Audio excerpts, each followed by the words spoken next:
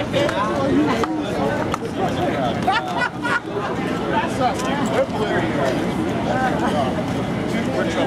let me play. We're no in trouble. Let's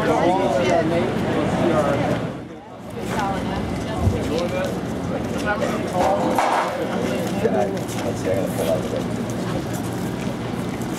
I could lower it, but it's easier just to get away.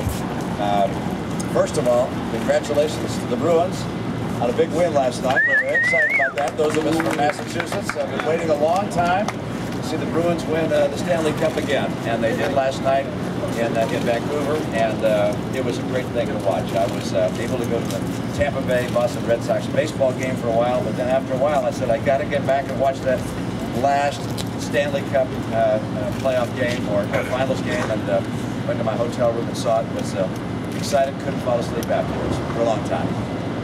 Secondly, as you're in a place like this and talking to small business folks like David and Susan that have begun this business, you congratulate them on their success in building an enterprise that employs them, as well as a number of other people. Small business is the answer to our economic challenges.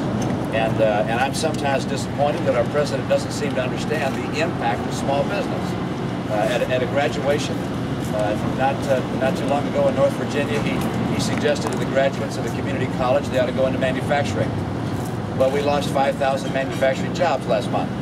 That's probably not going to be the place they find work. The place we need to see growth is in small business and entrepreneurial enterprises, high technology enterprises, and those have all been distressed by the policies that this administration has put in place over the last 2 years.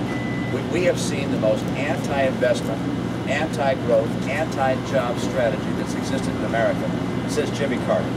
And the result has been it's harder and harder for people to find work. I sat and spoke with a number of folks today who've been looking for work, and they're productively considering their opportunities. But it breaks my heart. It breaks my heart to see Floridians out of work. President Obama has failed Florida. He's failed Florida's people with a 10.8% unemployment rate. It's just inexcusable. And I'm running for president because I spent my life in the private sector, and I think it helps to have had a job if you want to create a job. And I'm going to do my best to get people back to work. And I will make job one for my administration, getting America as the #1 job creator once again. So I'm here to learn and to say hi to some friends and to make some new friends. With that, I'm happy to turn to members of the media for questions you may have, as long as they're easy. Governor, there were a lot of people hoping that high-speed rail was going to create jobs for the stimulus. Governor here rejected and sent it back to a bunch of other states. Do you think that was a wise move? I typically don't weigh in on decisions states make looking at their own kind of state circumstances. I read the governor's decision. He was concerned that the rail project would be a long-term sinkhole, meaning it would have to be financed by taxpayers, subsidized for years thereafter, and so I can't opine on his analysis, but if that were the case, I could certainly understand the logic. Sometimes these transit projects look great until you have to subsidize for decades thereafter the fact that there's not a lot of revenue to pay for very high operating costs. So I don't know the particulars of the case here, wouldn't weigh in on that, but I can tell you, I know that Governor Scott is facing a tough budget, and that a lot of people would like to see an easier path, but getting out of a hole always requires a lot of hard work and climbing and tough work, and that's what he's doing.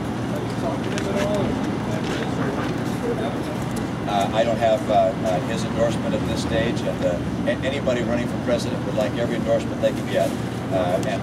We have spoken from time to time. I'll continue to keep in touch, and I have no idea what his plans are in that regard. Governor, you talked about small businesses where we'll see most of our job growth. How in a Romney administration would you promote that? There are a number of things you do to make it easier for employers to grow.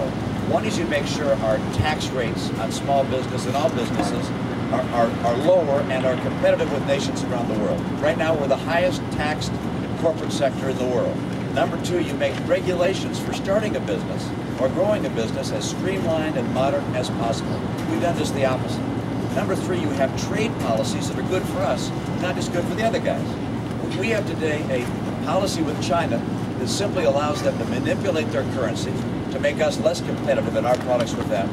And we also permit them to steal our intellectual property, our designs, our patents, our software, our entertainment.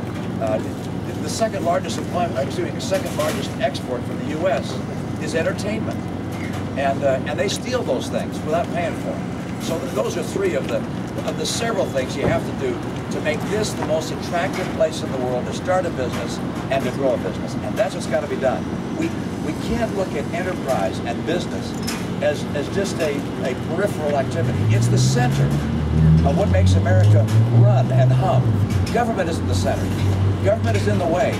Get government out of the way and put small employers and other employers back in the center of what we focus on. Right on. Thanks.